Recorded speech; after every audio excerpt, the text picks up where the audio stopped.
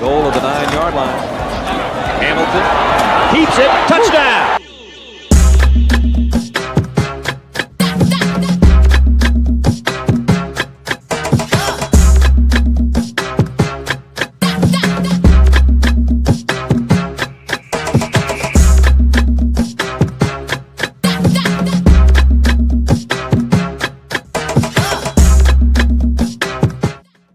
Hey, we got to give God nothing but the praise, and we got to thank him for waking us up every single day. We got to thank him for being here.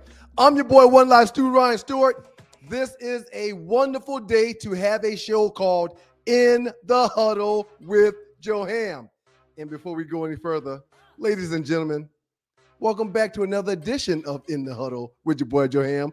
I'm One Live Stu, Ryan Stewart, right here on Stewart Media and Entertainment. And before we dive into today's madness of college football playoffs, of NFL injuries, of drama in the AFC North, I got to bring in the man of the hour, a Georgia Tech legend, Heisman finalist, an All-American, a college football Hall of Famer. He's a Hall of Famer in 2 different states, South Carolina and Georgia. He is the heartbeat of this show and of this program, one of the sharpest minds in football. You know him, you respect him, and if you ever lined up against him, you probably fear him as well. Welcome into the Huddle with Joe Ham, Mr. Joe Hamilton himself. Brother Ham, how you feeling today, sir? Man of the hour, too sweet to be sour, huh? Hey, listen, I'm doing exciting. I am very exciting, Stu. Excited, and why I'm excited, man, the time of year, fellowship, family, a lot to be grateful for. And I'm ready to chop it up. This is exciting for me. And I'm grateful for a lot of things, but right now, this hour and a half, hour 15, I just can't wait. Stu, have you ever in your lifetime watching sports, watched a national championship high school football game? I do it just about every year. And last night I watched the entire Carver game because Carver is a high school that is coached by Jarvis Jones, former Georgia Bulldog, former Pittsburgh Steeler. Mm-hmm. And now I believe this was Jarvis's first year or second year. You're correct. First year, sir. Okay, first year. Last year they won the whole thing. And this year they go back under his leadership and win it again. So I watched that game last night, and I watched the second half of the Buford game last night. I often watch high school football when it's on in the state of Georgia or South Carolina. Absolutely. Quick correction. Carver Columbus lost it last year. They won it this year. They lost it last year. Okay. Thank you very much. And Stu, I have not. Last night is when it was my first time ever watching a national championship high school football team play, and it was such a game. Buford and Carrollton, both number one in different polls in the nation, and to be here in the backyard in Georgia. Shout out to the state of Georgia. I mean, to have two teams nationally ranked like that, playing at a high level.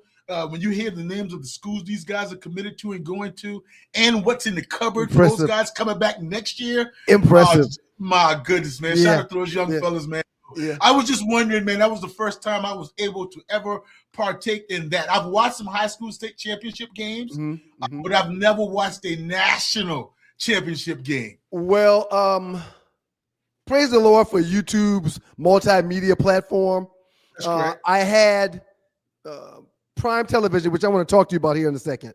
I had the streaming service Prime on, and I was watching the Knicks NBA Cup Championship.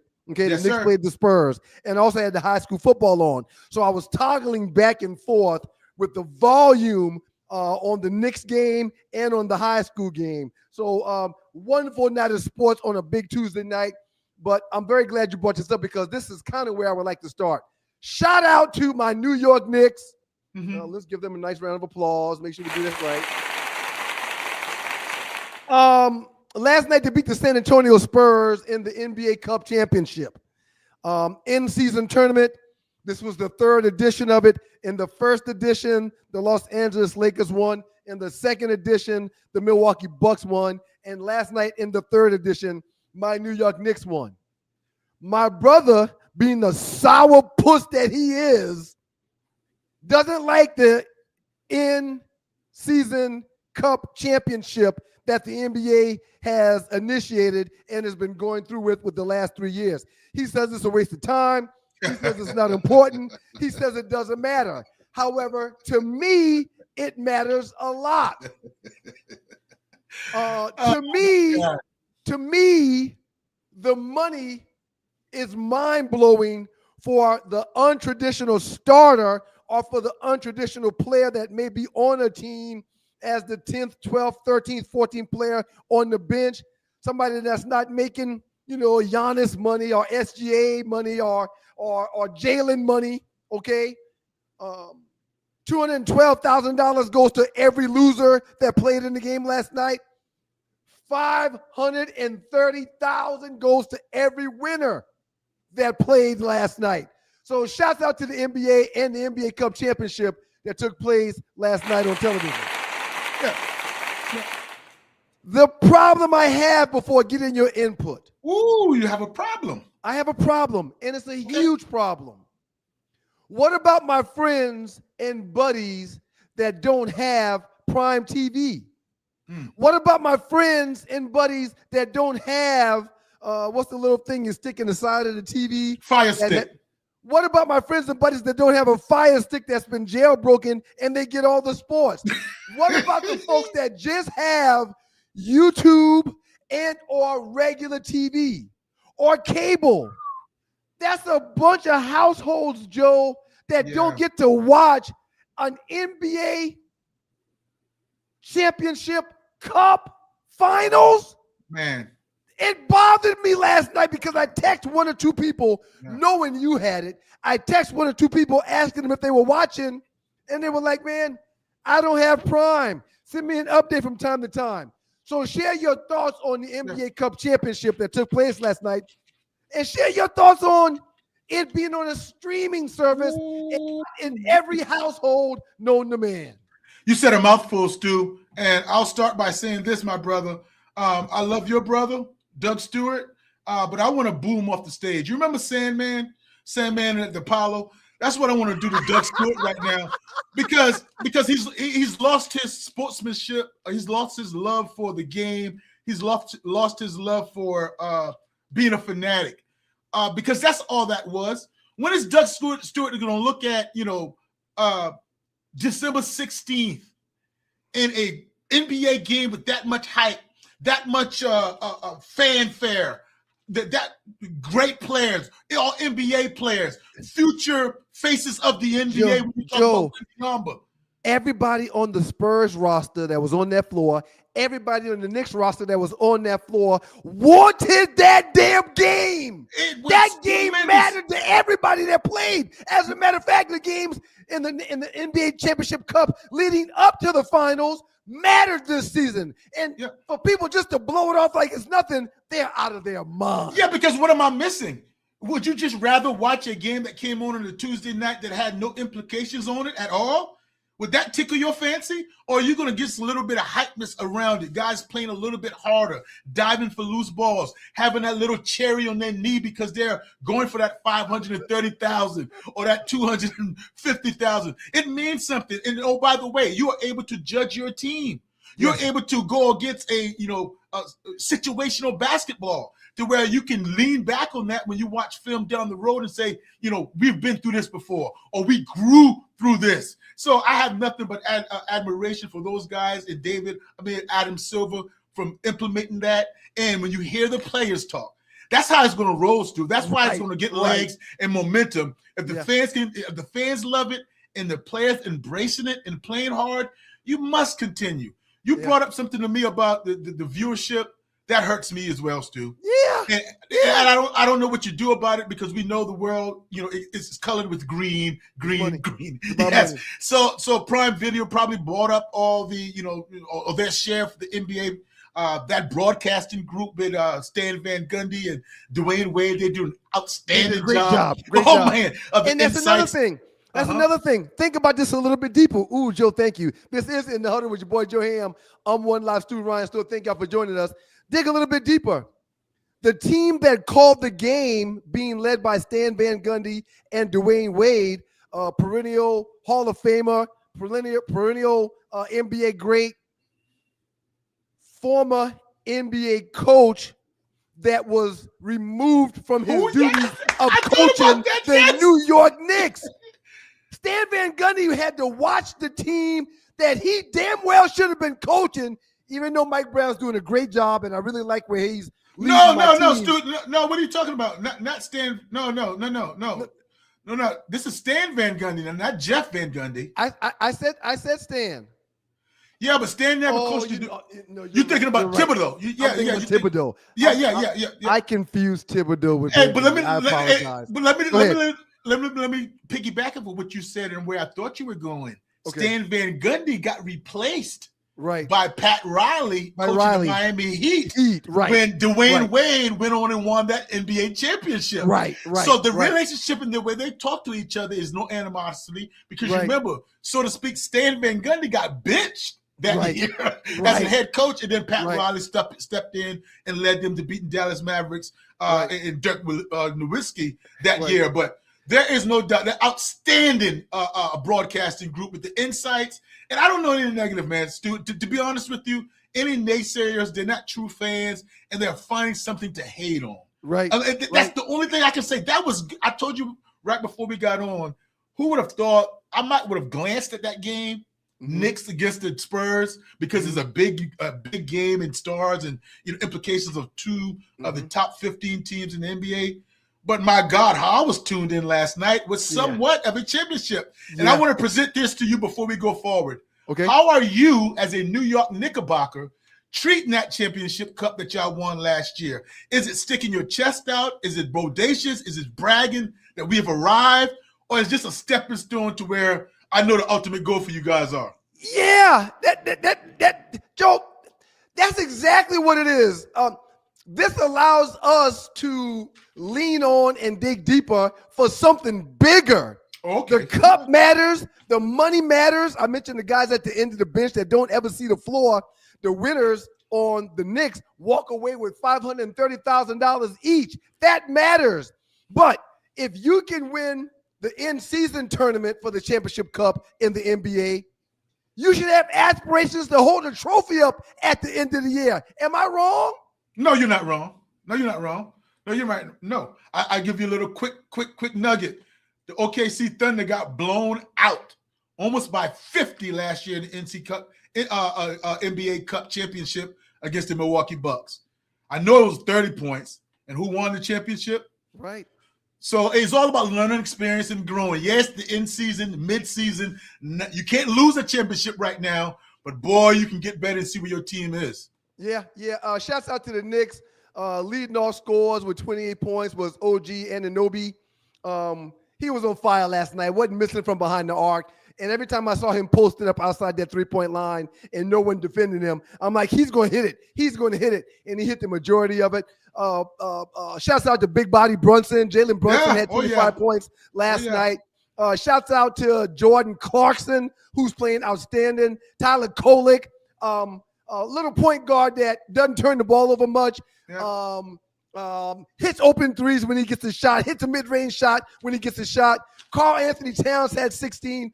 I'm ecstatic about how you're missing one person, brother. You're missing one person. Well, Josh Hart, Mikal Bridges. Nope. I said Jordan Clarkson. Who you referring to? I'm missing, Joe. Coach Mike Brown. I said that a second ago. We got deterred. Well, because this is, a challenge for him now. Right. With expectations that you guys have for the New York Knicks to championship or bust. Right. And to have those personalities and bounce it off and trying to change things up. Shout out to Mike Brown, man. I like where the Knicks are headed. And let's be real. I'm not a Knicks fan. I'm rooting for basketball. I'm a 76ers fan, but basketball is better when the New York Knicks are playing well. Yes. No doubt about it. Your team, 76ers, Knicks, Boston Celtics, Lakers. There's a handful of teams that when they are playing well, it's better for the NBA in its entirety. Everybody gets a little more enthralled when the true blue bloods of the NBA are playing well, and that's the case that we're dealing with right now. In the huddle with your boy Joe Ham. Thank you for the correction because I lost it for a minute. I had a brain fart when it came to Stan Van Gundy being benched back in Miami back in the day for Pat Riley. But outstanding job. That's why you're here. That's why this is In the Huddle with your boy Joe Ham. Before we get to today's show, where we'll be talking about college football playoffs, the blue bloods that remain, the bye week is a detrimental to possible teams, NFL coaches that have not won titles. Will we see a new title holder this year? There's a lot of things we've got on the roster to talk about today. But before we do that, we talked about not Josh McDaniels in Miami. What's McDaniels' first name in Miami? Mike McDaniels. We talked about Mike McDaniels down in Miami. And will he be benching Tua? Will Tua be still the starter as the season rolls along? They're just about out of the postseason opportunity. Give me your thoughts on Tua and Mike McDaniels and Tua's future, and give me your thoughts on the Miami Dolphins right now before we dig into today's topic. Well, Stu, I don't think this is a hot take, me taking this or saying this to you, because you know how I'll delve into quarterback play. But Tua Tagovailoa is finished. He's finished. He's finished as an NFL quarterback as far as producing. Yes, he's going to have some games that he's going to wow us as far as 250 yards plus. But his days as a starting quarterback is over. It's absolutely over because his skill set is all about arm strength and accuracy. And that's fading away. He's not standing in the pocket anymore. He's not getting the ball downfield or pushing the ball downfield. He looks like in the pocket, his eyes are wide open. He feels the rush, and that throws everything off. And when you look at it as a fair weather fan and you're a morning newspaper reader, so to speak, you would say Tua had a good game. Let me read you the stats. 22 of 28, 253 yards, 2 touchdowns, and 1 interception. A 113.2 rating. You would say that if you was just looking at the stat sheet that guy played well. Right. That guy played well. Right. And Stu, 65 of those yards he only had in the first 3 quarters. He only had 65 in the first 3 quarters. Stu. He's got now 15 interceptions on the season. He took 4 sacks Monday night, and 3 of them when he held the ball for 10 seconds. He can't make anybody better. He can't make anybody better. He can't lead this team anymore. And when you step on the podium and point your fingers at everybody else, not meeting, not showing up the players-only meeting, that's not all. That's not the all-be-all. But you're gonna have many eyes on you at that point. Yeah. Are you gonna perform? Are you the problem, or you sitting there pointing fingers at everybody else? Right. Yeah. And now it looks like Tua was the problem. And I'll go to Mike McDaniel with you now. Let me see what you got, Mike McDaniel. If you're saying that Tua was the problem, he's hindering your offense, because these offensive coordinators are very, very competitive. If Mike McDaniel is going to look at Sean McVay, he's going to look at Kyle Shanahan, he's going to look at Kevin O'Connell, and these guys that's drawing up plays in the dirt, creativity, concepts through this world, and all of a sudden I'm handicapped with the quarterback. I've got calling plays and I can't show off my skill set or my creativity. Oh, well, now you're on deck, Mike McDaniel. Right. You're going to bench this guy, and you're going to bench him for a rookie and Quinn Ewers. Yes. So I want to see what you're going to do now. So it's not alarming that Tua got benched, but to do it this late, when you want Tua to try to play well, to be trade bit for next season, because the lasting memories for anything you have any hope of getting some value for Tua. What have you done for me lately? Yeah, what have you done for me lately? But now lately, I saw you bitch the guy you might be trying to trade. Right.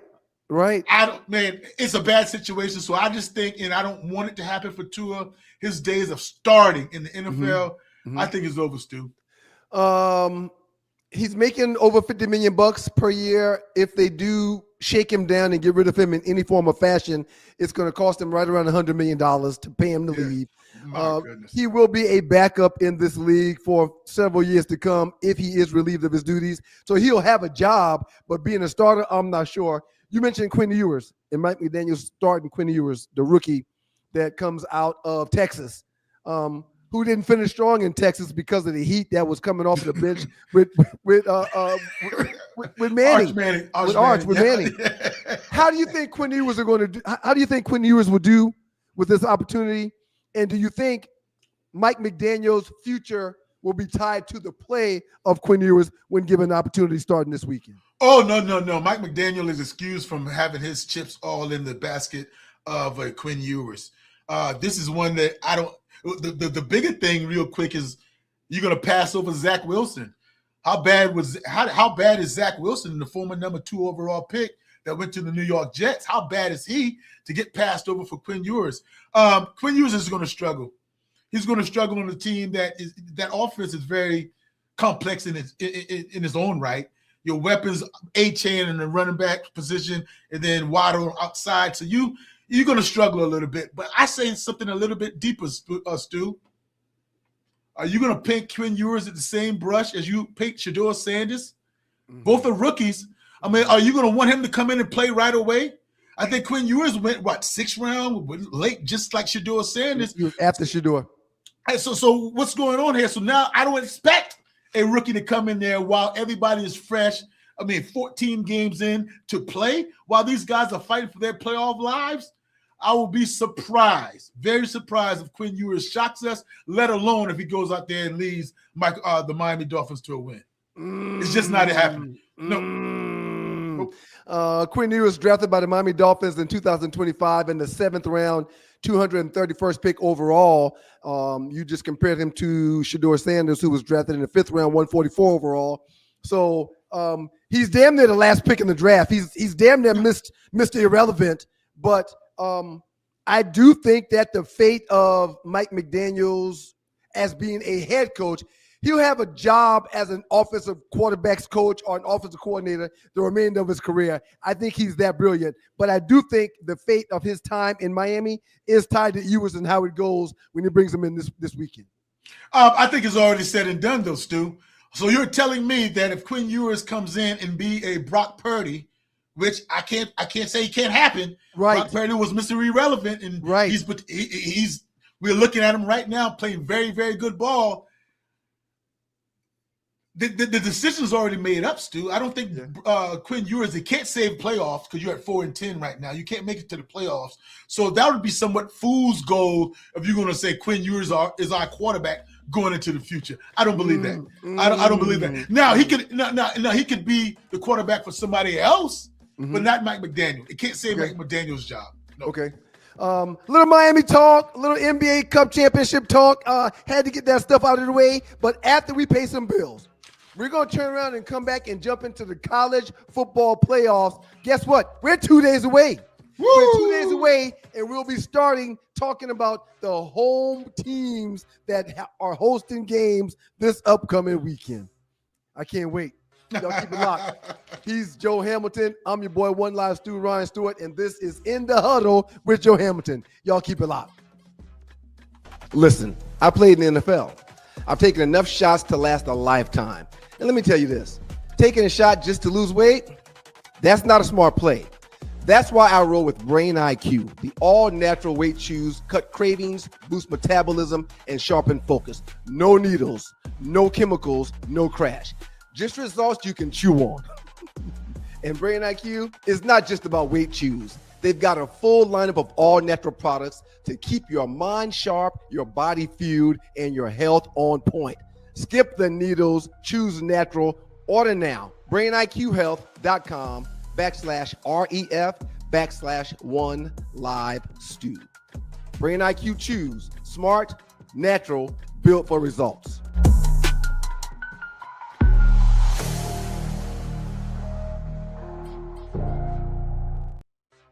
In the Huddle with your boy Joe Ham, I'm One Live Stu, Ryan Stewart.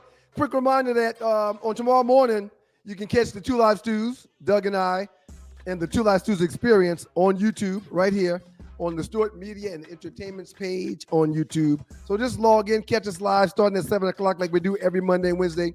And if you can't catch us live, then you can catch us whenever time allows. The show will be posted all over the place, all over the web, Instagram, Facebook, as well as on the Sports Rap Network podcast platform. So y'all can catch us there as well. But again, this is In the Huddle with your boy Joe Ham. A lot of stuff going on in the world of college football, Joe. It starts tomorrow. Not tomorrow. Tomorrow's Thursday. It starts on Friday. And I know we're both looking forward to the home venues hosting games. That's Texas A&M and that's Oklahoma, sir. Share your thoughts about these upcoming games that's going to be taking place on Friday. Share your thoughts on how huge it is for Kyle Field to be turned into a postseason cauldron. Share your thoughts on how it feels to have Oklahoma have a game in Norman for the first time in the college football playoffs. Share your thoughts, Joe, and let's dig into this college football playoff. Yes, Stu. Shout out to the NCAA. They don't do everything right all the time, but when I have a chance or I get a chance to give them kudos, I'm going to do it, brother.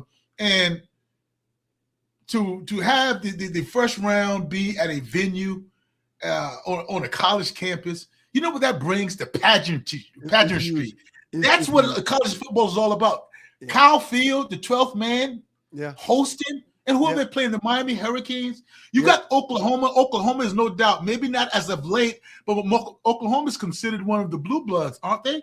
Yep. They are definitely a blue blood in college football. So hosting those guys, and you got games in Oregon. Who to have a game in Oregon?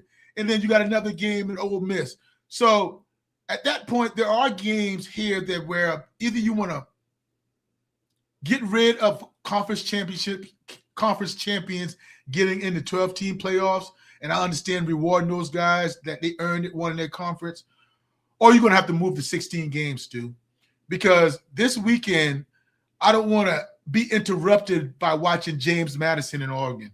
I'm sorry, and I'm a football guy. I don't want to be interrupted by watching a rematch of Ole Miss and Tulane at Ole Miss's venue. In which it's a game that was 45-10 in favor of Ole Miss. The spreads tell me I don't want to watch it.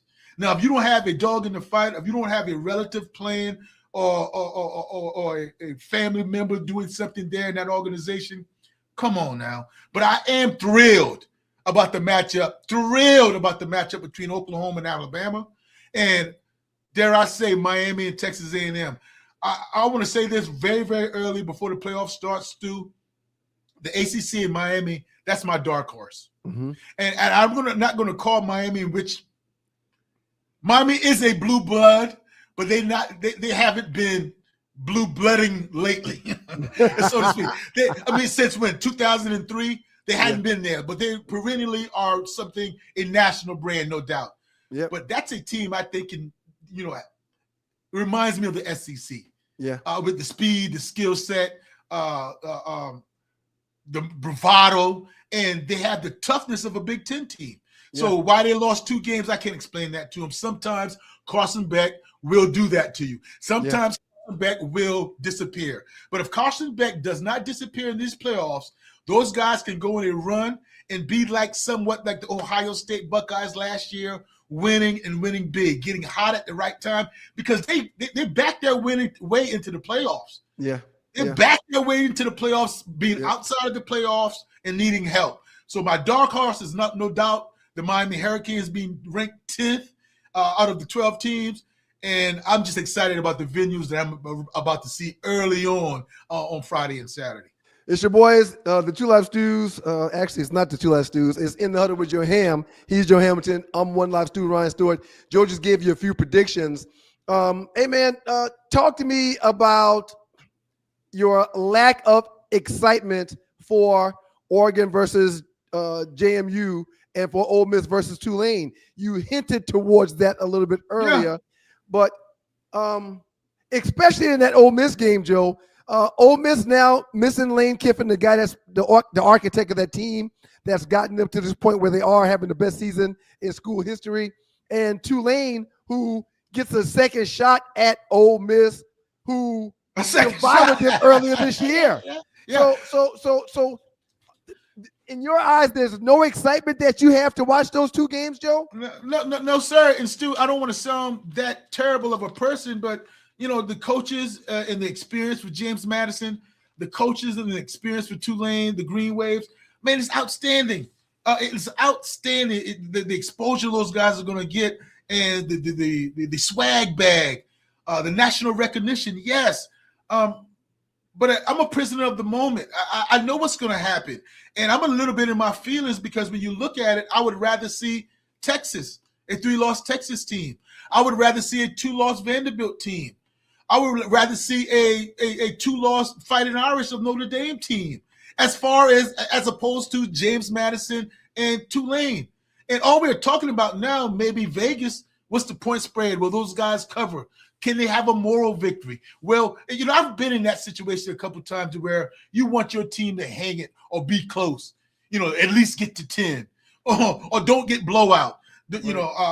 Have their starters come out and at least start the second half, not let it be over before half. But again, this is playoff.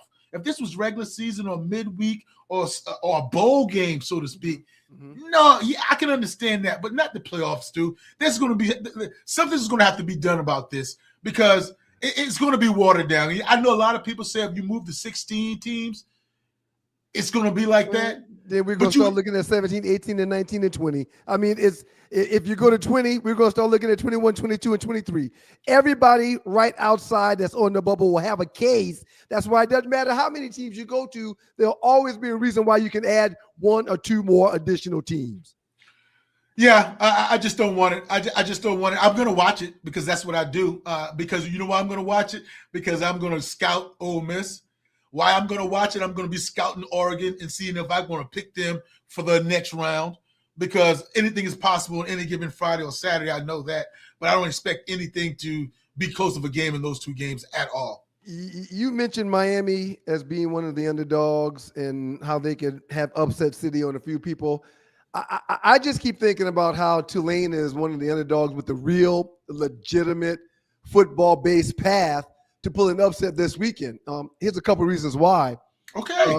Tulane's physicality matches up with Ole Miss better than any other underdog faces their favorite team this weekend. Yes, Ole Miss getting the team out of position. Ole Miss creates space with tempo. Ole Miss is forcing mismatches with athletes, but Tulane tackles well, plays physical defense, physical disciplined zone coverage, excels at limiting teams to explosive plays, doesn't panic against speedy teams because they're built to withstand the punches that Ole Miss may throw. And again, mentally, Joe, where will Ole Miss and the Rebels be? You lost your head coach who went to another team that's in the same conference as y'all. You lost several players that said, well, if Lane not going to stay, I'm not going to stay. I'm out of here. You've got some players that's feeling less than because star players have gone and moved on and because Lane is gone. I think the setup is real. You've got a team in Tulane that can run the ball, control the clock, hit efficient intermediate passes. They keep the ball out of the hands of the Ole Miss, and anything can happen. If they don't turn the ball over and they get 1 or 2 turnovers, anything can happen. I just think that the way that Tulane has gone about the end of their year and losing their coach is something that we need to keep our eyes on. And I'm talking about Summerall. I believe that's the coach. Yes, it is. Yes, it is. It's something we need to keep our eyes on because when it comes to Ole Miss and how they have to feel neglected and dejected, that's got to be able to play into the hands of Tulane to give them the upper hand. Please share your thoughts. Yeah, you have to break this down really piece by piece, Stu. Ole Miss didn't bring another coach in. All right, so that defensive coordinator, he's had some relationships with those guys on the football team. So it's not going to be brand new. The guys, a few of those coaches came back from LSU to coach, offensive coach. So it's going to be somewhat of business as usual. But you're only talking, and I agree with you with Tulane. Tulane is a formidable team. They're a well-coached team. However, the things you just mentioned, It's going to help you cover the spread. Okay. It's going to help you keep this close. It's going to help you be competitive, not to the tune of it's going to be a fourth quarter game. Because it's going to come down to the Jimmys and Joes. And you kind of glossed over it a little bit, but Stu, there's some distractions going on with John Summerall leaving as well. How did he and his staff balance between going to Florida and the recruiting and all those things? Let's not gloss over that. And I know nobody's angry, and I know nobody left Tulane to go somewhere else. But again, that's still distractions. Distractions come in a lot of different forms. As far as your coaches being in, being out. Is he in the office or is he in Florida? Those type things, the practice schedule, all those things coming into play. And that's what leads me, well, not lead me into it, but I wonder a little bit about those 4 teams that's getting the bye. Those 4 teams, Stu, that's not playing this weekend and resting and watching. Let's go there right now. Last year, no team with a bye won a game. Will one of the teams playing this weekend hold up the trophy, Joe? So in essence, I'm asking if these 4 play-in teams, because that's how I'm looking at them, this weekend, okay? Yeah. Do you think there's a possibility at all that one of those play-in teams will find a way to hold up the trophy at the end of this tournament? Or do you see one of the teams that have a bye that are the first seeded teams this season ultimately holding up the trophy at the end of the year? Ooh-wee. I'm going because I'm picking Miami to win it all. I am going with the play-in teams, Stu, that you mentioned. I'm going with the play-in teams. I like Miami. I absolutely like Alabama and that pedigree. Although sometimes Kalen DeBoer, has me scratching my head about his play calling and clock management at times, and whether he can get his team ready to play. You look at a team like Oregon, that's physical, talented, well coached. And here's the deal about the teams that's not playing this weekend. I'm not knocking them that they're not going to be ready to play. Hear me good, Stu. I'm talking about when the other team that's playing right now or going to play this weekend, will they be on a roll? This is how long now before those 4 teams would have played a game? It's going to be, yes. Yeah. So now it would have been that long for these guys that's playing this weekend now, but it's not. They're going to have their feet wet already. They're going to be already playing the intensity of a game, the speed of the game. So that there in the pageantry of the whole entire build up to it. Not the guys that haven't been played, and you can practice all you want, and you can have high intensity practices. You can call it Bloody Tuesday, Tough Wednesday. You can say you can run Oklahoma drills to try to make sure your tackling is crisp. But if you hadn't had that game experience in over a month, how rusty will you be? And in the playoffs, Stu, you can't afford to be rusty for a quarter and then get your feet wet the second quarter. It might be a little bit too late. So That's why I worry a little bit about the teams with a bye, because of so much time off while other good teams are playing this weekend. This is good. This is fruitful. It's In the Huddle with your boy Joe Ham. I'm One Live Stu, Ryan Stewart. I think last year proved it, and we disagree when it comes to Miami getting it done this year. I don't think they'll get it done. I think the bye teams are going to be more than vulnerable. Teams that play early, they come in primed for war. I think this year you've got 3 to 4 teams playing on Friday that can beat anybody on a neutral field. So if I'm picking one, I'm thinking Oregon is the most complete team. If I'm picking one, I'm thinking Ole Miss, even without Lane Kiffin, is the most explosive team. Even if I'm picking another one, A&M is the most physical team defensively. Okay, and Oklahoma, in my eyes, is the biggest emotional wild card. I think one of those 4 teams will ultimately end up winning it all because of the 4 teams being the best that have the bye, not being in tune-up shape. Yep. I really think that we'll be surprised this year. And Joe, I am very, very excited about it. I want to see Ole Miss play extremely well, and I have no reason to like Ole Miss. I have several reasons to dislike Ole Miss, but I feel like those kids were defecated on. Those kids have been done wrong. By who, Stu? Just food for thought. By Lane Kiffin. Okay. Not by management, not by the AD, not by the AD saying, no, you can't coach him, not by the AD saying, if you leave and get the hell out of here. I understand all that. But for Lane Kiffin to work with that team for the past few years, past 6 seasons, have the best year that they've ever had in their history, be in a position to play for it all, which that's what this is, and to walk away, I want to see them have success. Uh-huh.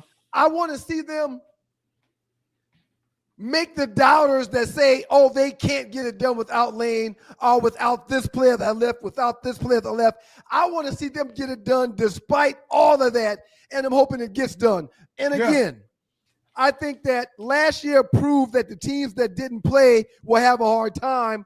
I think that the 4 teams that work for the bye, especially Indiana, I think they're going to be at a deficit when it comes to competition next week, but not this week. I really think that go ahead, Joe, please. No, I wholeheartedly agree with you.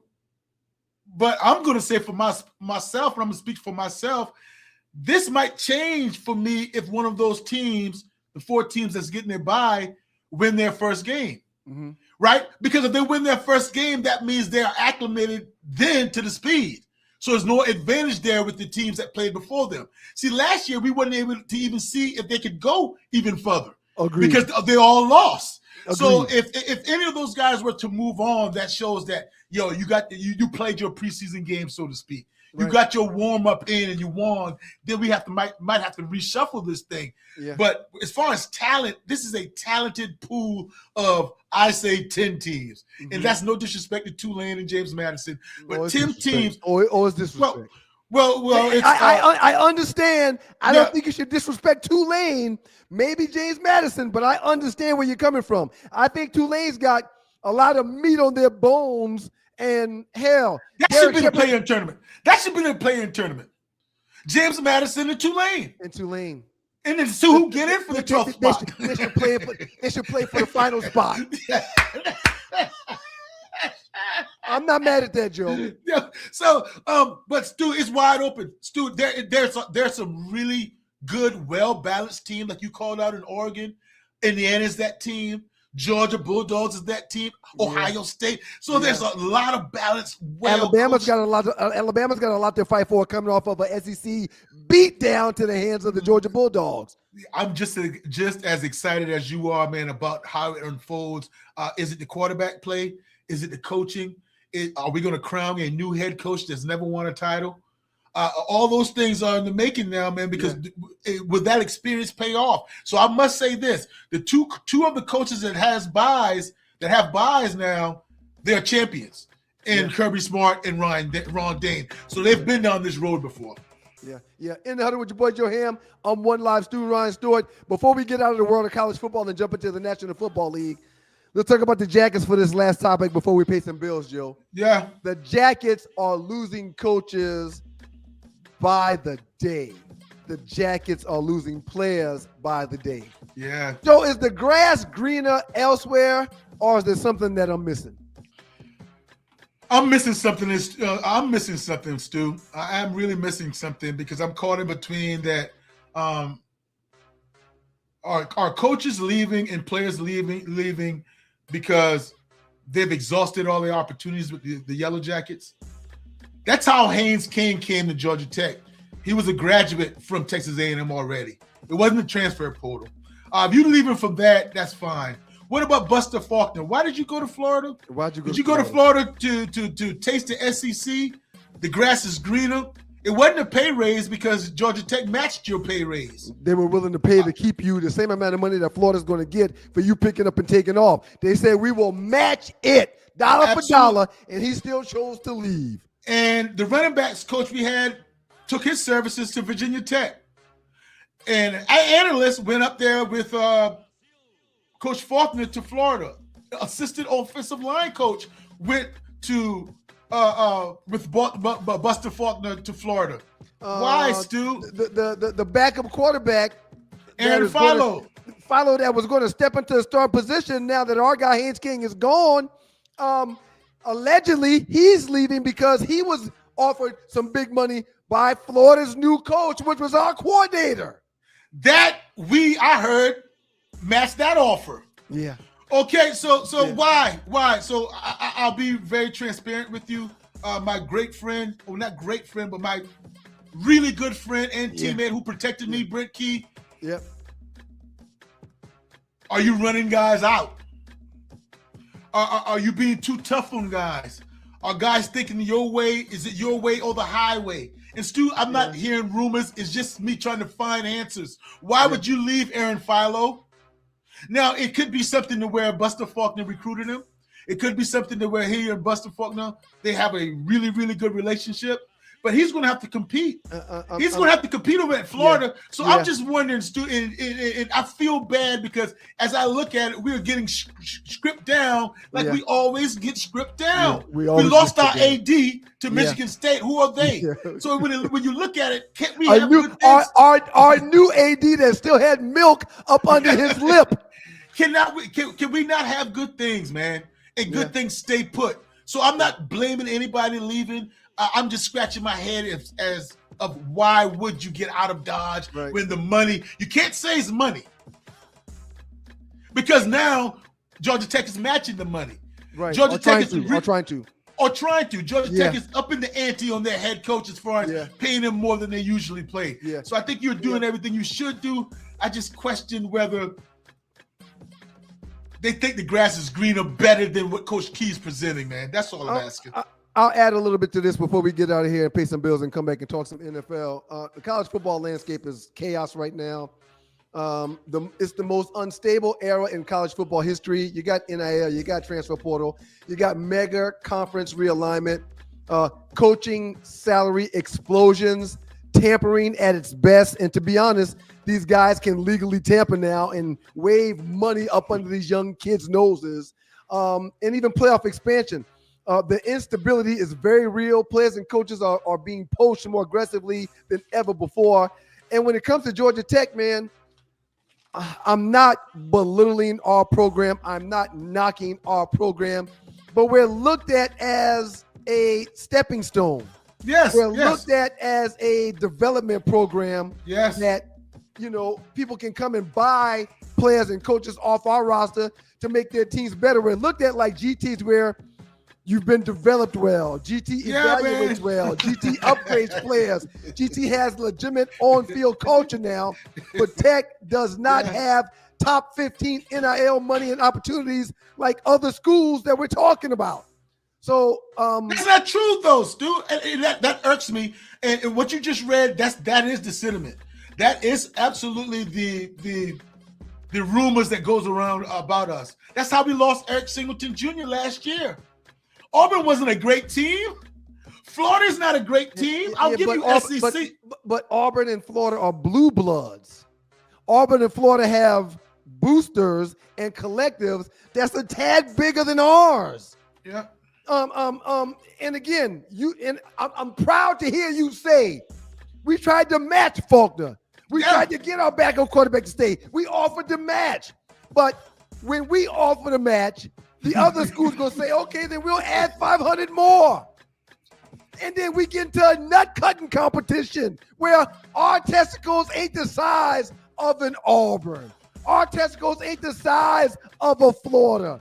And I'm not knocking us, but that's just reality. Brent Key is doing an outstanding job for everyone to come and poach from us.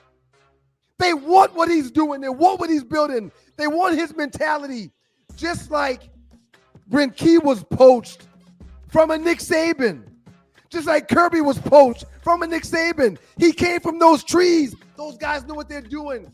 So he's trying to build a culture that can resist the temptation of everybody leaving. But right now, that culture isn't built just yet, in my humble opinion. Can Florida guarantee Aaron Philo if he goes there the job, the quarterback job?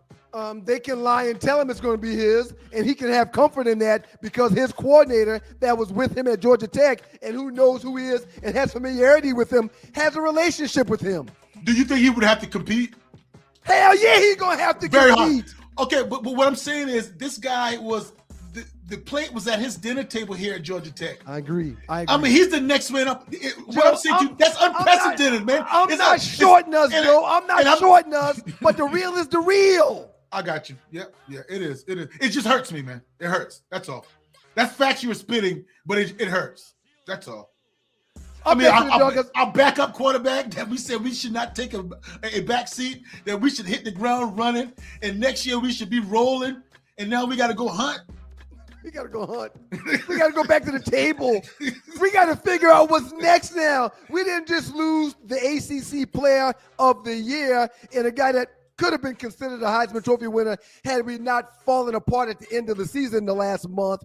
Right. But we gotta go recruit his backup now. I'll say this before we pay these bills. There's no better guy to recruit his backup than Brent Key. There's not a coach that I have more confidence in and a fire lit up under my behind in more than Brent Key right now. I love it. And he's doing the right thing and that he's building a culture. Yeah, we got to trust him. He's earned that.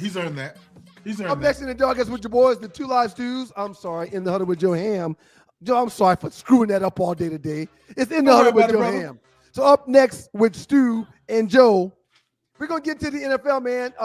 A handful of injuries that were key this past weekend. Who's the big dog in the AFC North? Will we see a new coach win a title or a championship?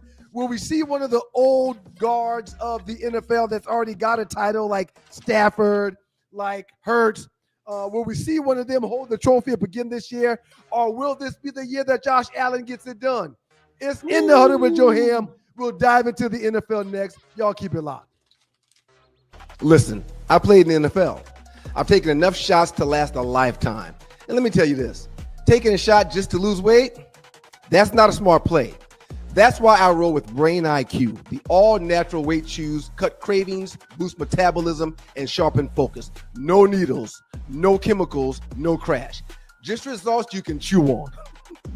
And Brain IQ is not just about weight chews. They've got a full lineup of all-natural products to keep your mind sharp, your body fueled, and your health on point. Skip the needles, choose natural. Order now. BrainIQHealth.com/REF/1LiveStew. Brain IQ Chews. Smart, natural, built for results.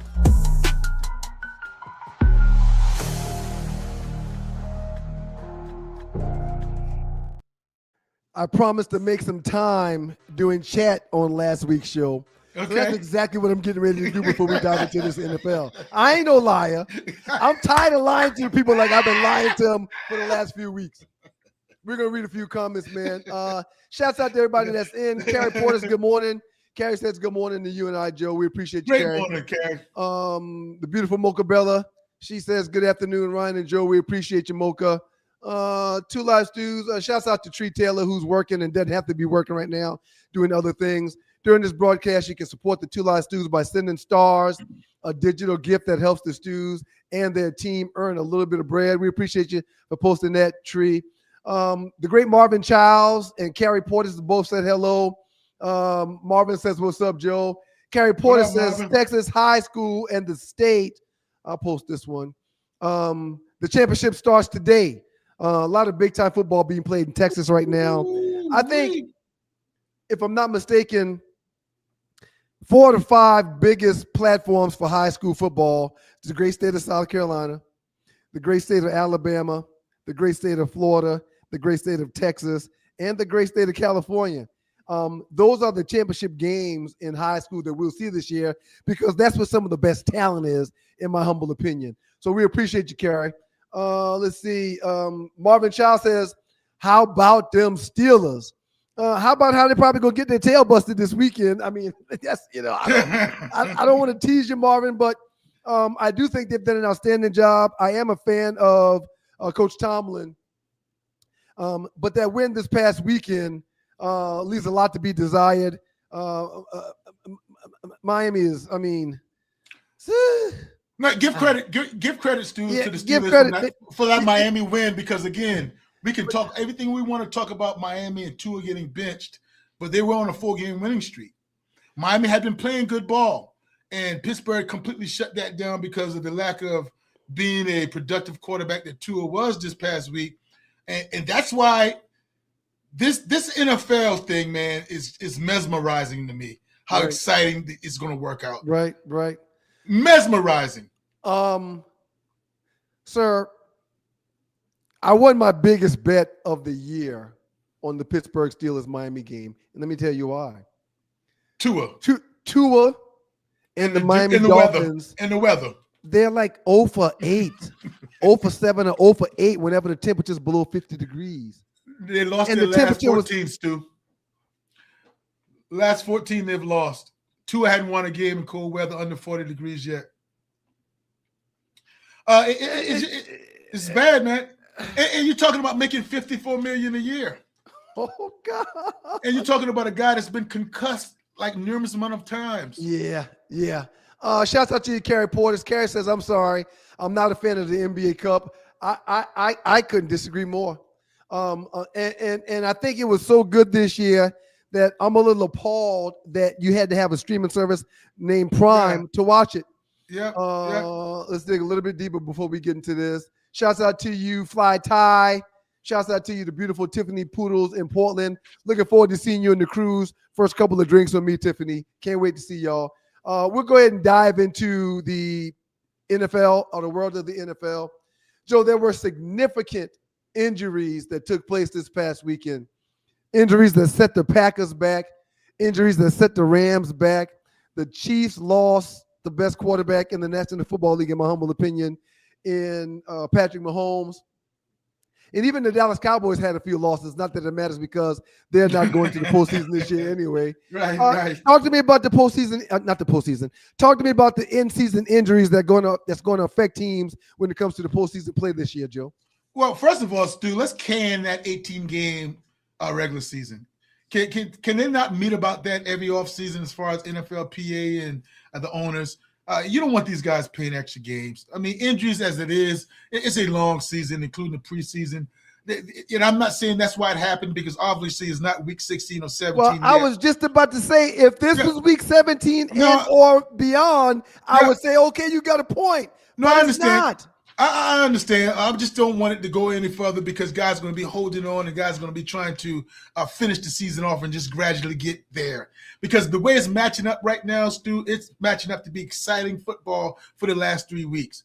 Unfortunate for Patrick Mahomes to go out the way he was able, had to go out, tearing his ACL, a clean tear, I might add. And not only might I add that, don't you know that Patrick Mahomes has already had surgery? He's had surgery on the ACL already. Normally, when I tore my ACL and when my daughter tore her ACL, we had something what is called prehab. They wanted you to go ahead and do some work to get it Strengthen stronger. it up a little bit, yes. There you go, Stu, Yeah. to make sure you're ready to balance out with the other knee. But that was because I had ruptured everything, ACL, PCL, and MCL. My daughter had a little bit of meniscus in that as well, in hers. But Pat had a clean tear. He didn't have to prehab. He can go in there and do it. I'm not sure about Michael Parsons, but it's vital. Green Bay Packers just lost their quarterback of the defense, an all-world player, impact player. And now you have to go and you face the Chicago Bears this week for the top of the division. That's crucial. The Chiefs, without Patrick Mahomes, there is no hope now as far as withstanding, I think they're already out of the playoff race now. But watch them play for pride or watch them play for or with pride. Yeah. How do you want to go out, Travis Kelce? How do you want to go out some of these other guys finishing out the season? But, Stu, I'll be remiss if I don't say to the NFL and the schedule makers, these last few weeks, the schedule they have lined up, let me call you out some matchups. Let's go. Patriots versus the Ravens. The Ravens need it bad. Patriots are 11-3 in the Buffalo Bills. They haven't clinched that division yet. Steelers versus your Lions. Huge game for both of those guys. The Steelers can't afford to lose, and the Lions are really trying to back their way in the playoffs, being third in that division already. Jaguars and the Broncos. Shout out to Liam Cohen. Yes. You remember when he said Duval, right. And they tried to boo him off stage because he wasn't able to do it? Right. He knows how to coach. He knows how to coach. He's got Trevor Lawrence acting like he is earning all of his money right now. And the Broncos, can Sean Payton with all of his accolades and the idea that we consider him being one of the best coaches, can he possibly win Coach of the Year? Right. They don't give it out to those type guys that's been there, done that. Right. But he deserves it. He deserves it because now that Shane Steichen has, taken a back seat a little bit, I think the front runner is Ben Johnson in Chicago. But you have to throw Mike Vrabel in there. You have to throw Sean McVay in there. And you have to throw Sean Payton in there. Yeah. They're doing an outstanding job of coaching. Yeah. What about tomorrow night, Stu? Seahawks and the Rams. Huge game. Carolina and the Bucks. Carolina and the Bucks. It matters for the NFC South. Huge game. 7-7. Both teams are 7-7. Somebody between those two teams are going to represent the NFC South and get a first seed in the postseason. And this is week 14 with 3 games left. The matchups that it's paying up this way, but the above 500, the things that matching are the division foes and the division rivalries and what's on the line. You got old man Phillip Rivers trying to keep Indianapolis Colts alive, playing against the San Francisco 49ers. Oh man, Rivers. I'm in awe of Rivers. I'm in awe. Right. I'm in awe. We're going to talk about him in a little while before we get about here, and we don't have much time left. We appreciate all y'all for being here in the huddle with your boy Joe Ham. When it comes to these injuries that Joe just talked about, I think these injuries couldn't come at a worse time. Green Bay loses continuity. The Rams lose their stars. The Chiefs lose their margin of error, and the Cowboys lost their rhythm way earlier. So I think the injuries are losing Devontae Adams is pivotal when it comes to the Rams and the success that they may have. Puka Nacua and Stafford and Adams have something going on that's extremely strong. There's some kind of kinetic energy there. But now without Adams being there, now what can you do? You can shade coverage to Puka. So, if he's being doubled every snap, they do have a third string receiver that's good enough, or the X receiver, the wide receiver is a good receiver too. He's now going to be moving outside, but it's okay. The injuries are huge. Now, you mentioned the NFC South and how competitive it will be with the Carolina Panthers and the Tampa Bay Buccaneers playing. So let's talk about the AFC North. Ooh. Let's talk about Tomlin versus Harbaugh. Let's talk about Aaron Rodgers versus Lamar Jackson. Two teams that are still trying to fight to win the AFC North. Two teams that can get that first seed to find a way to get a bye. Sir, I think it's must-see TV when it comes to both of those teams and what they're doing in the AFC North. Please share your thoughts. Put the women and children to bed. It's a bloodbath. It's going to be a bloodbath. Right now, I want Baltimore to go ahead and make it to the Super Bowl because I can't wait for Lamar Jackson to get his championship trophy. But it's a tough road they have to travel. They're playing the Ravens, the Patriots this week. Next week they got the Packers, and then they end up with the Steelers. The Steelers road is they're going to play the Lions this week. They got a somewhat of a bye week. I'm just playing in the Cleveland Browns, and then they have the Ravens. So the 3-game stretch, and again, you got to give a shout out to the schedule makers because those two teams, the Steelers and the Ravens, they're going to match up in week 18, the last week of the season. Yeah. So I want it to come down to that the winner of that game goes to the playoffs, and that's how the schedule makers draw it up. But I ask you, sir, and I've been deliberating between myself this whole since I sent you the rundown. Do you trust more Tomlin and Rodgers, two Super Bowl winning coach, Super Bowl winning player, or Harbaugh, Lamar Jackson, Super Bowl winning coach, not necessarily a Super Bowl winning player?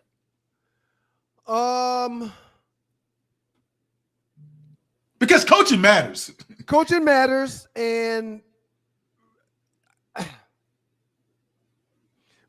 both of these coaches have an iron fist. Both of these coaches are the reason why their teams are winning football games. Both of these quarterbacks are future Hall of Fame quarterbacks.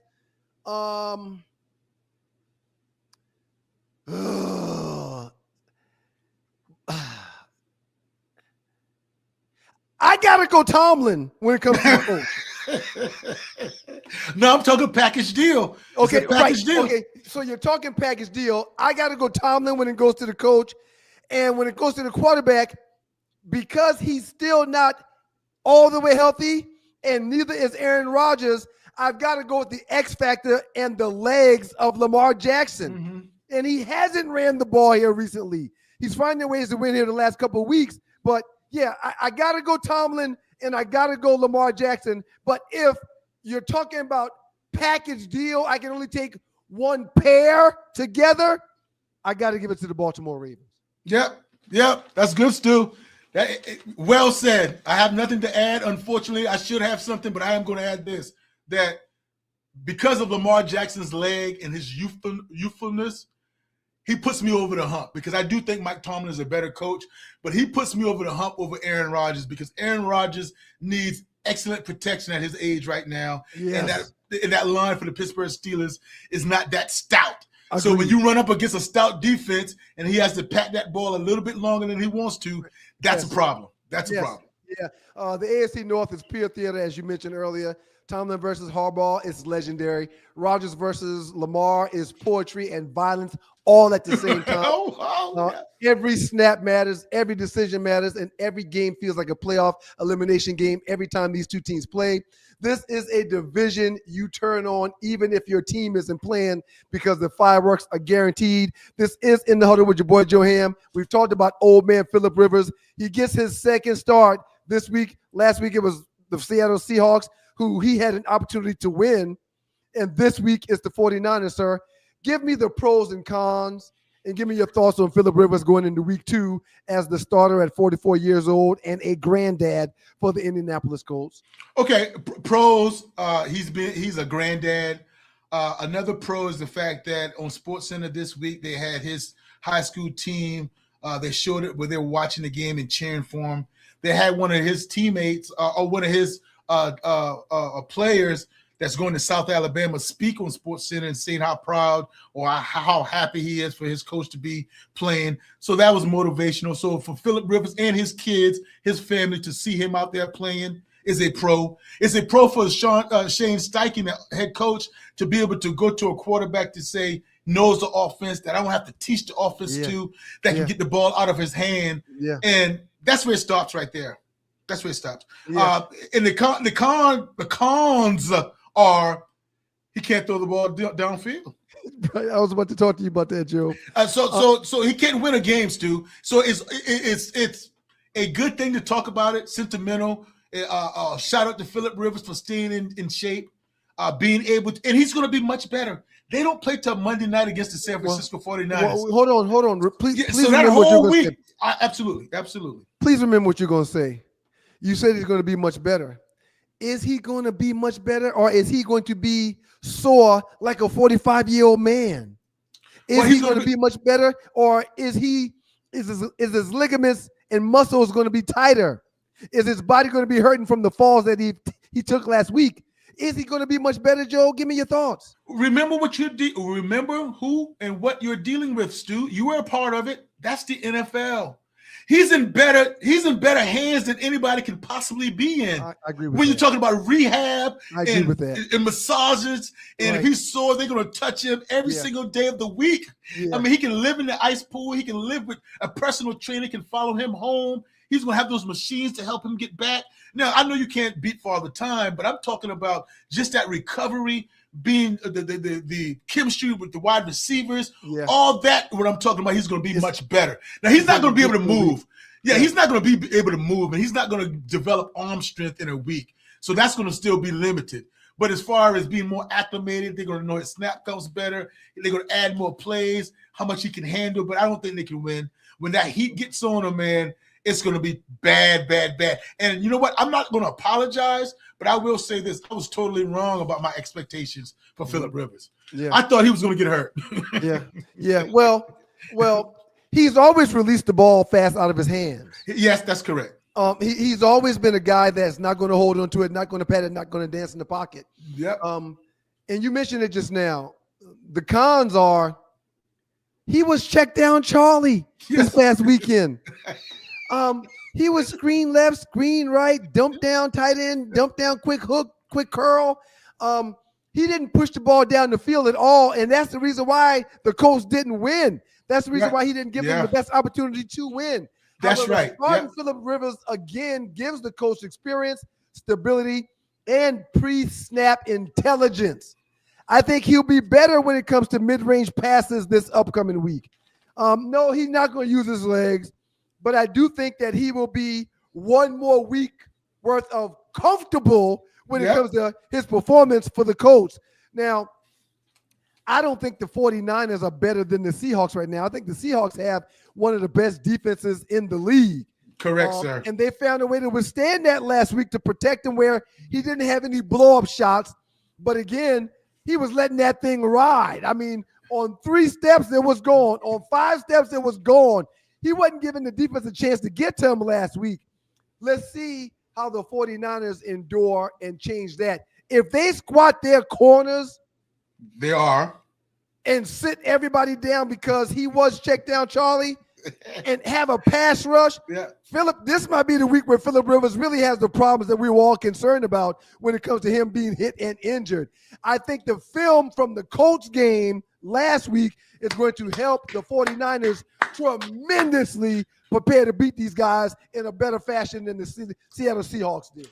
Well said, partner. Well said. And by the way, Phillip Rivers last game only got touched 4 times. Right. Yeah. Shout out to his offensive line. Right. And I will reintroduce you to 2 of the quarterback's best friend. Okay. Tight end and running back. Mm-hmm. So now you're talking Tyler Warren from Penn State, an outstanding rookie tight end, and you're talking about Jonathan Taylor. Y'all gonna have to show up for old man. Y'all gonna have to show up for the old man because he's gonna need y'all, no doubt about it. In the huddle with your boy Joe Ham, I am One Live Stu Ryan Stewart here to remind you that tomorrow morning there will be another show. It's the 2 Live Stu's experience right here on Stewart Media and Entertainment on YouTube. Y'all please like, subscribe, and pass the word when it comes to the platform on Stewart Media and Entertainment. Y'all let everybody know that we're back. Let everybody know that we're here Mondays and Thursdays. And if you can't catch us live, catch us whenever time allows. As we wrap things up for the day, Joe, only 3 quarterbacks remaining in the playoff race have won a championship.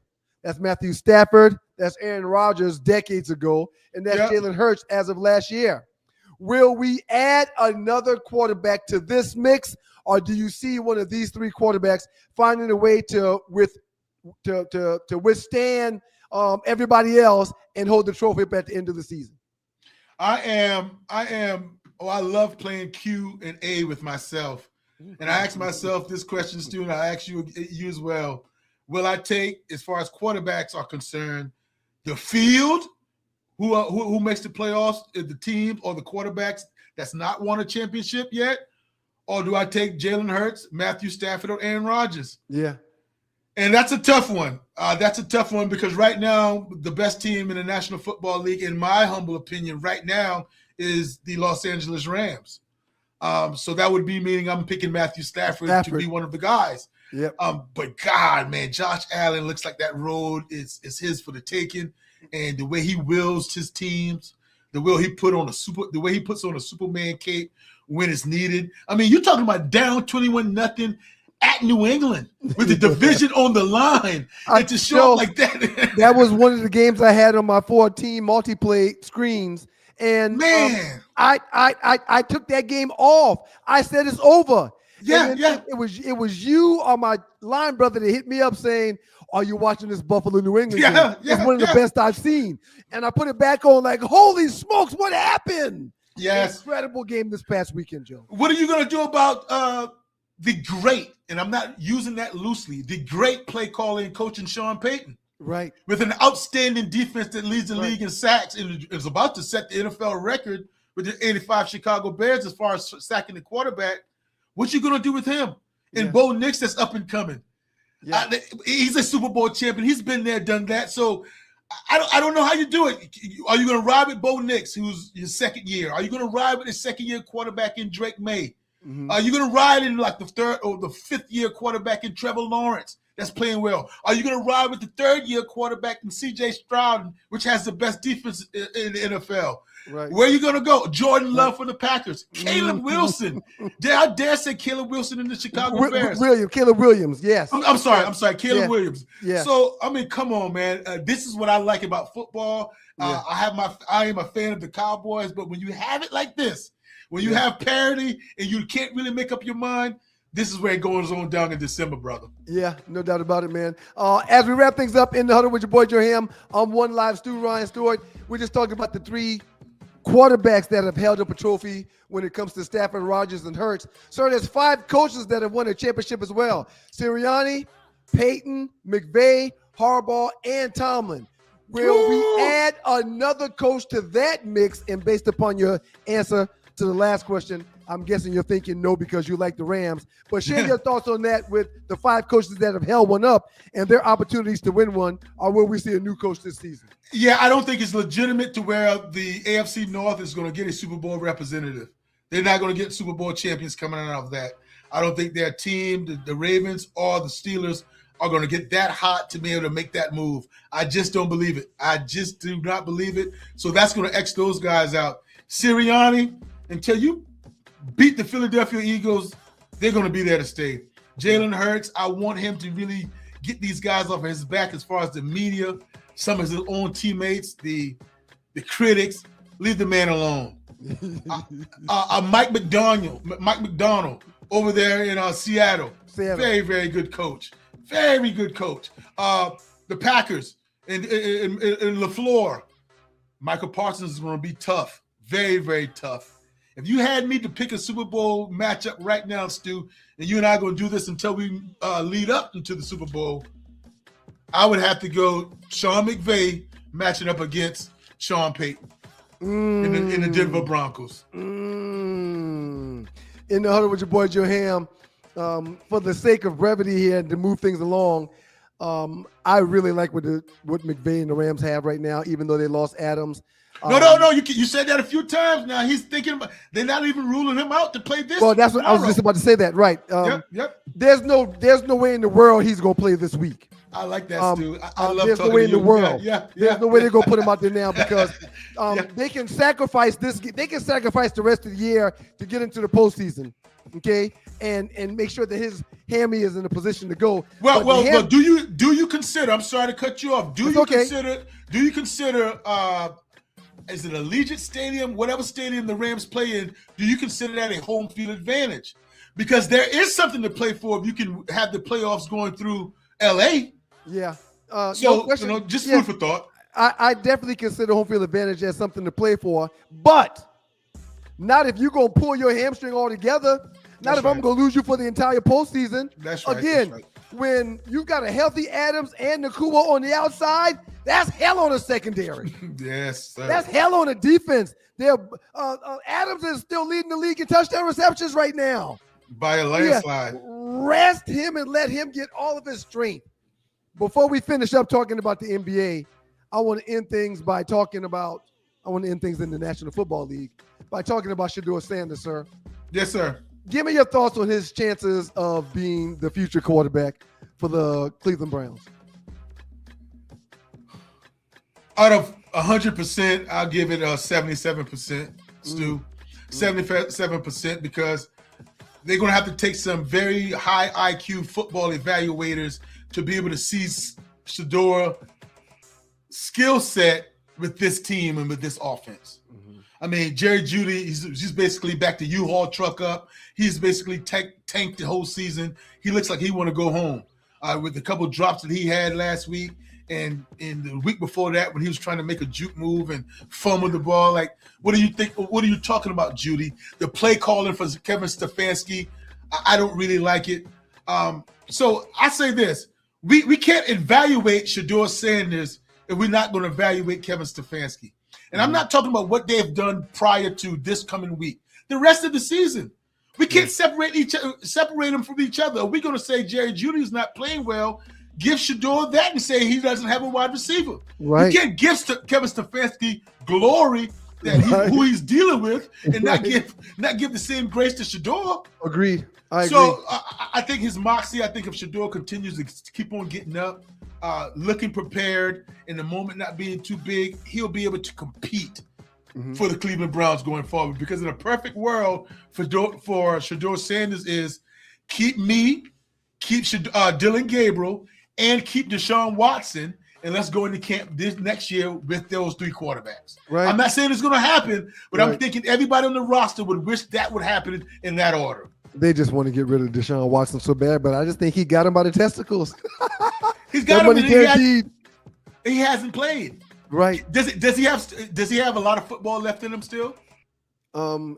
Well, I look at the Deshaun Watson situation in Cleveland just like I'm looking at the Phillip Rivers situation in Indiana. Much better.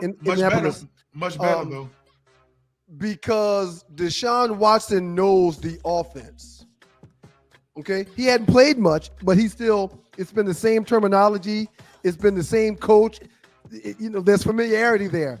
And that's the only reason why Phillip Rivers has had success with the Colts, or why they almost won last week, because Phillip Rivers knows this offense. He knows Steichen. He's been running this offense with his son's team, the high school team that's showing them love. So that's the one positive for the Cleveland Browns when it comes to Deshaun Watson. If Deshaun Watson can get healthy and that quarterback room consists of Deshaun Watson next year, a healthy Deshaun Watson, a trouble-free Deshaun Watson that's not thinking about civil suits and massages, and you got Deshaun, you got Shador, and you got Gabriel there, that's a pretty good quarterback room. Yeah, and the competition for the second string would be the competition between Shador and Deshaun might be up there, but they probably give it to Deshaun.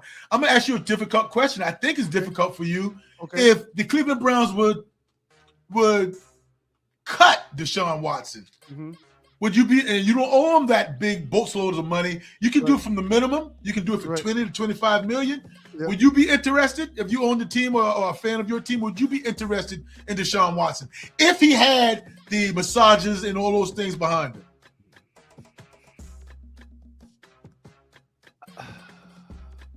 I would take Deshaun Watson in a heartbeat with my team. My team is the Oakland Raiders, the Las Vegas Raiders. Yeah. I would take Deshaun Watson with Pete Carroll, with Bowers at tight end, with a young sturdy back, a back that looks to be sturdy. I would take Deshaun Watson in a heartbeat. Now, teams that have bona fide number ones, they probably wouldn't want to touch him. That's right. But if the quarterback room has opportunities and you're looking for a starter, why not bring in Deshaun Watson? I totally agree with you, brother. And because the reason why I love it is he's not at home. Right. This guy's in the facility. He's working out. He's throwing. So he's around football. So he's not on vacation somewhere. And when you look at he hadn't played, that's less wear and tear on his body. I love that. Shout out to cousin Fly Tie, man. Fly Tie says, I'm a Niner fan, and they tend to give up too many yards on the ground. Hopefully it doesn't happen this week. Yeah, that's big. Yeah, he's spot on about that. They're playing one of the best running backs in the National Football League, and Jonathan Taylor. He will probably run the ball for more than 100 yards this week. If they don't stack the box, he will definitely have over 100 yards this week. And if they do stack the box, maybe Phillip Rivers, who gets the ball out of his hands fast, will have an opportunity to complete more passes on the outskirts and down the field. I don't know. He can't do it. And Kyle Shanahan, man, has been coaching his butt off. I agree. I mean, all those injuries, man, to be, the way he's at, only losing 4 games, he's been doing a spectacular job coaching. He'll be up for Coach of the Year as well. Yes, Shout out to the great Mocha Bella down there in Miami. The Bills don't have The Bills don't have to compete with the Chiefs this year, so they do have a shot. I agree. I agree with that as well. There will be no better year for Josh Allen and the Buffalo Bills to have a shot at it all than it is this year. KC out of the mix. The Ravens having some injury problems. Pittsburgh, not the Pittsburgh of old. Yes, this is the best year for the AFC and the Buffalo Bills to find a way to get it done. But you know what has been Josh Allen's kryptonite his entire career? His damn self when it comes to turning the ball over. That he's corrected that a tad bit, but he has been loose in some games this year. The last few weeks he's gotten loose. But his kryptonite has been away from home. Yes, on the road. So if it does not go through Orchid Park and up there in Buffalo, New York, he struggles a little bit away from home. Yeah. Joe, can I tell you thank you, man? Oh boy. Can I tell you thank you, man? Your boy came in earlier today and didn't have all of his giddy up. Made a couple of problems. You made a few corrections, and we kept this train on the tracks, and we kept on moving. Thank you, man. A+ to you today. Outstanding job, Joe. We didn't leave any drive without points. No. And coaches these days are passing up on points left and right. Not us. We taking field goals. We taking extra points. We're not passing up the points. No way. Old school football. Everybody in the chat, thank y'all very much for bringing commentary to the table. Thank y'all for commenting on things that we're talking about. Thank y'all for sharing your opinion. Thank you for being here. Also, more importantly than anything else, thank y'all for passing the word and telling folks to subscribe and like the channel so you know when we're coming on with programming on this network. Thank you very much. We appreciate y'all. Y'all get a round of applause and y'all get an A+ also. God is good all the time, and all the time God is good. If you don't know him, you need to find him and show him love. That's all he's showing you, nothing but love. Don't forget to catch the Two Line Stews experience tomorrow morning at 7. If you can't catch us live, catch the show after that 10 o'clock area. I will be doing a fantasy football Two Line Stews report at the top of the 9 o'clock hour. You can catch us on WGPR, Hot 107.5 HD2 FM in Detroit, or you can catch us on the Sports Rap Network platform where there's an app for that. Until then, okay, Joe, we got to talk about this real quick. Yeah, we do have to talk about it. Yeah. What do you want to do? What do you? I know the people want it. The people want it, but it's all about what you want to do. And Stu, all the way up until Tuesday afternoon, we can make that decision. It's all up in you. I'll be home.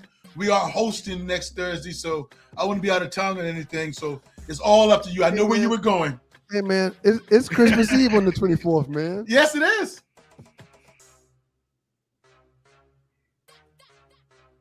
Do you want to work on Christmas Eve? Because this is work. I know y'all think it ain't work. I know y'all think we don't put time into this thing. We put time into this thing. Yes. We talk about it all day. We try to bring you great programming. Stu, I would necessarily say we chop it up how we chop it up. We don't have to. The people will want it. But it's all, this is fun and work to me, but I'm with it both ways, man. Okay. I just don't want to have, we want to have a lot on our plate, man. Why do we have to make a decision now? That's right. You're right. We don't have to make a decision now because if we do decide to do a show, if you have liked and or subscribed to the platform, you will be notified of when the show is going to happen. So here's the deal. We will right now, let I'm y'all leaning to a know, lot of things going on. we will let y'all know by Tuesday if we're doing a show on Wednesday. Yeah. Let's do that. We'll let y'all know by Tuesday if we're doing a show by Wednesday. Tree will put a subscription. Tree will notify everybody through the platform if we're doing a show. Yeah. Let's do it like that, Joe, because I can think of a lot of good things that we'll have to talk about on Christmas Eve. I can think about a whole lot. Yes.